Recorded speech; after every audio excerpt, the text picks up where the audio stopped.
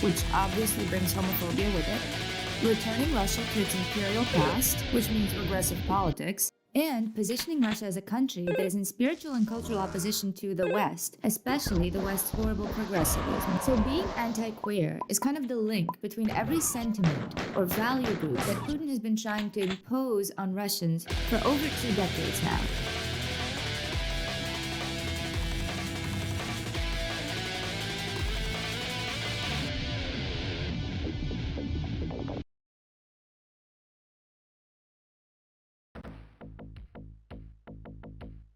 I'm convinced that Putin has no personal feelings about queer people, whether positive or negative. And in 2001, when he still cared about the West liking him, these hot little queer brooders were making out on stage in the Kremlin itself. And Putin certainly has nothing against homoeroticism. But promoting hatred of queer people serves his interests, so he does it. This video is about the way governments, well, one specific government, uses vulnerable groups as a kind of political red herring, why the Kremlin chose to use queer people this way, and what all of this means for queer people in Russia. So none of us die of sadness while watching this video. I'm going to be including a couple little interludes featuring flourishing queer people in Russia and Eastern Europe. Now, back to the bad stuff. Part 1, hatred. The fact that a gay propaganda law. Okay, I'm gonna stop doing this every time I say gay propaganda and every time I say the West. Just assume that it's in quotes. The fact that a gay propaganda law is discriminatory is obvious, but I think it's worth looking at this law more closely because the way it's worded actually makes it more poisonous than it already seems. We're gonna look at the 2013 version because the 2022 version, its official text isn't available yet online. What we do know about the amended law is that now propaganda can be demonstrated to anybody, whereas before it was just to minors, and that the fines for doing this have been increased by a lot. So the official name of the first version of this law, the 2013 version, is the Russian Federal Law for the purpose of protecting children from information advocating a denial of traditional family values. I personally have some questions. What are traditional family values?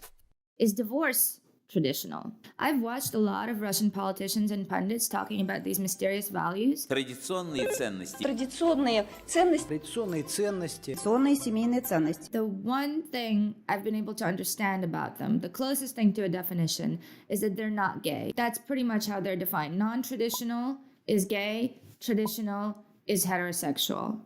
What kind of information counts as advocating against these values? That information is the famous gay propaganda, and its official definition is very, very long and vague, which is typical of Russian censorship laws, because if you don't define the forbidden clearly, then more people will just keep completely quiet just in case. But Deputy Alexander Hinstein provided a succinct summary as quoted by CNN. I would like to add that this summary is completely unironic. Our bill is not an act of censorship. We are only saying that propaganda, that is positive promotion, praise, saying that this is normal and maybe even better than traditional relations, should be banned.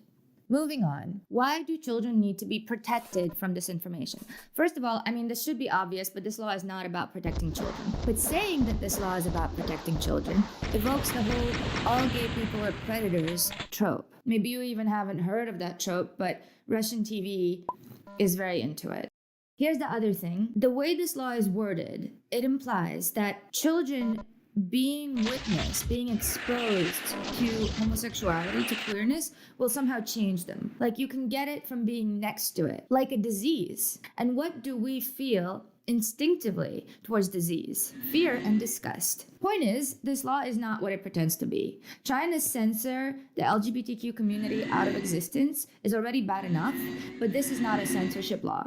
It is a law intended to incite hatred. After the first version of this law went into effect in 2013, there was a massive spike in hate crimes against queer people. Just to give you a reference point of what Russian homophobia is like, here's what happened in 2016 when 2 YouTubers decided to do an experiment and walk around Moscow holding hands.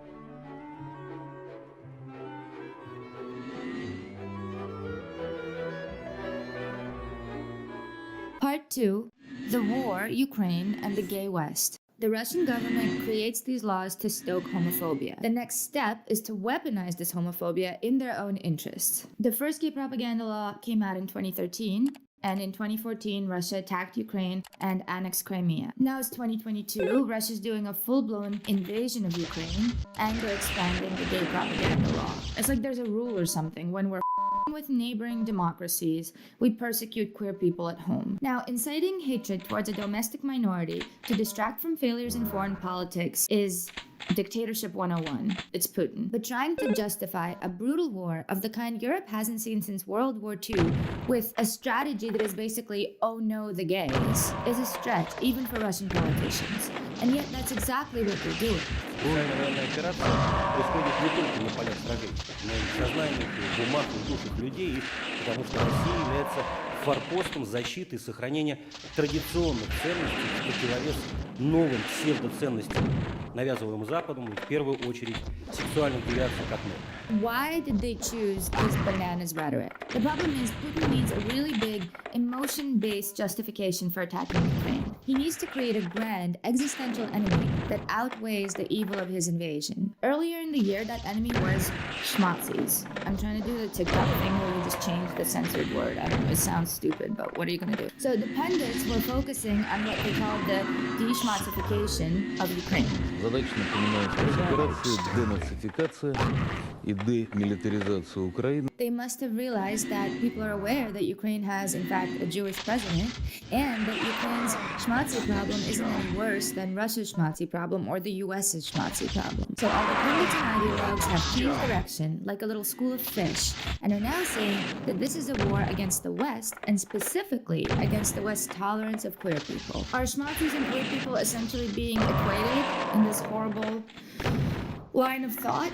Yeah. Now, saying that Russia is pitted against the West in this war is kind of true, because the West is imposing sanctions on Russia and supplying Ukraine with weapons. The absurd part is, first of all, saying that this war was started by the West.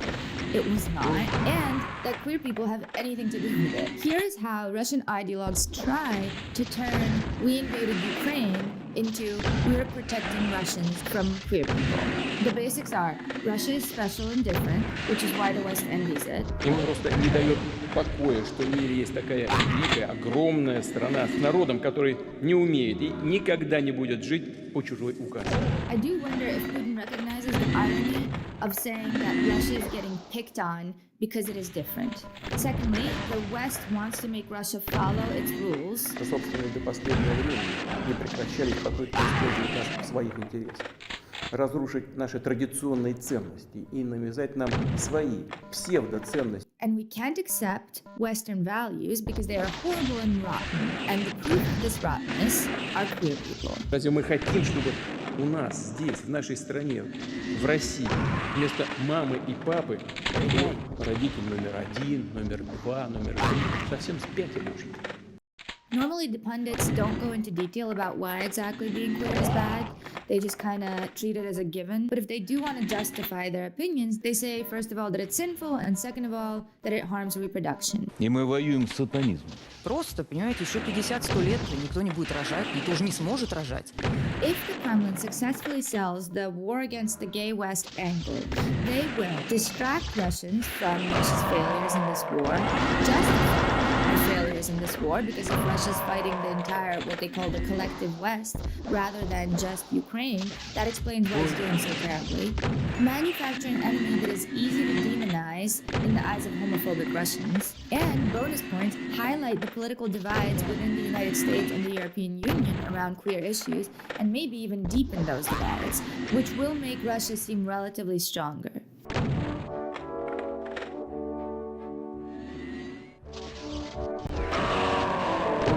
Part 3. Is any of it working?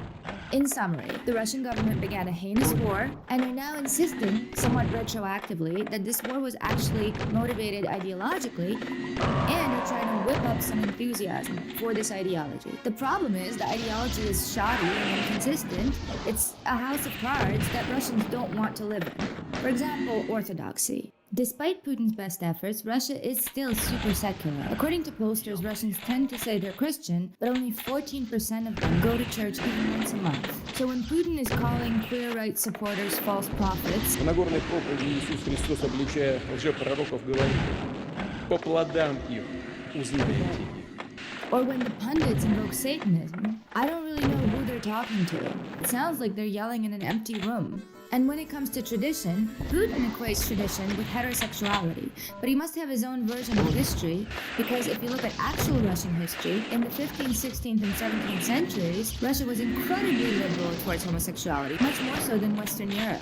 We know this because European emissaries that visited Russia at the time would write these reports. For example, the English poet George Turberville, who visited Moscow in 1568, noted in his poems describing the place of the manners of the country and people of Russia that although Mujik, man, has a decent spouse, he prefers his sodomite friend to her. And in terms of being anti-West, the traditional values that Russians are supposed to be so invested in are presented as an either-or. Either you get Russian traditional values, or you get the West. The problem is it's completely unclear what these traditional values offer Russians, other than the glory of heterosexuality. Meanwhile, the quote-unquote West offers the internet, technology, pop culture. The best way I can describe the general vibe towards the West in Russia is this. So when I was little, sometimes, kids, even adults like my school teachers would go on these little anti-American rants, being like, oh, Americans, they're so fat and stupid with their hamburgers. And I would say, well, I'm American. And immediately, their jaws would drop and they'd say, but why are you here then? If you could be in America right now, why are you here? At one point, Putin said that you can't foist values onto people. Поэтому традиционные ценности нельзя никому навязать. And it turns out he's completely right. Because this Russo-Orthodox traditionalist world he keeps talking about, it doesn't really exist in reality, at least not to the extent that he'd like it to. Despite the propaganda that has just been spouting from every orifice of Russian authorities, Russian support for the war in Ukraine is falling. In the last 6 months, the number of people pro-negotiations with Ukraine has doubled, while the number of people supporting the war has been halved. But what's heartbreaking is that the one part of his entire ideology that is really sticking is homophobia, is hatred of queer people. I guess hatred is stickier than religion. However, I don't know how hopeful this message is, because this is my personal opinion and this is conjecture. I do not think that the efforts of the Russian government to stoke homophobia will ever overpower the wave of progressive attitudes that are currently accessible to anybody with a Wi-Fi connection. When I was growing up in Russia, I did not know a single person who was out. And that video from 2016 that I showed you earlier is absolutely horrifying. But the last time I was in Moscow, which was 2021, I was absolutely astounded in the best way possible at the number of queer-presenting people I saw just in the streets. Lots of gay couples holding hands, lots of people who presented as non-binary or trans. So in conclusion, all of my respect to the queer culture in Russia that is thriving no matter what. And here's a taste of it for you.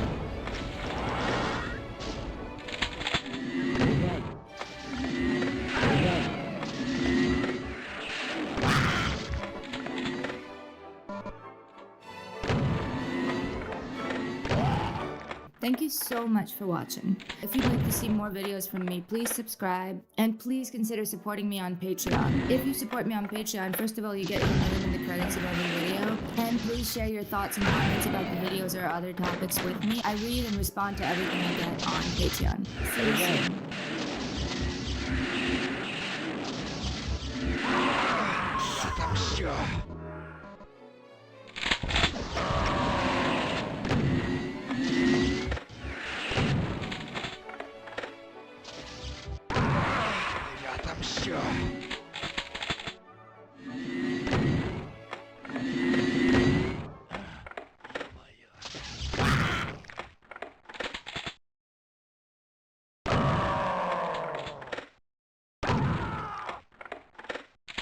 Ай-яй.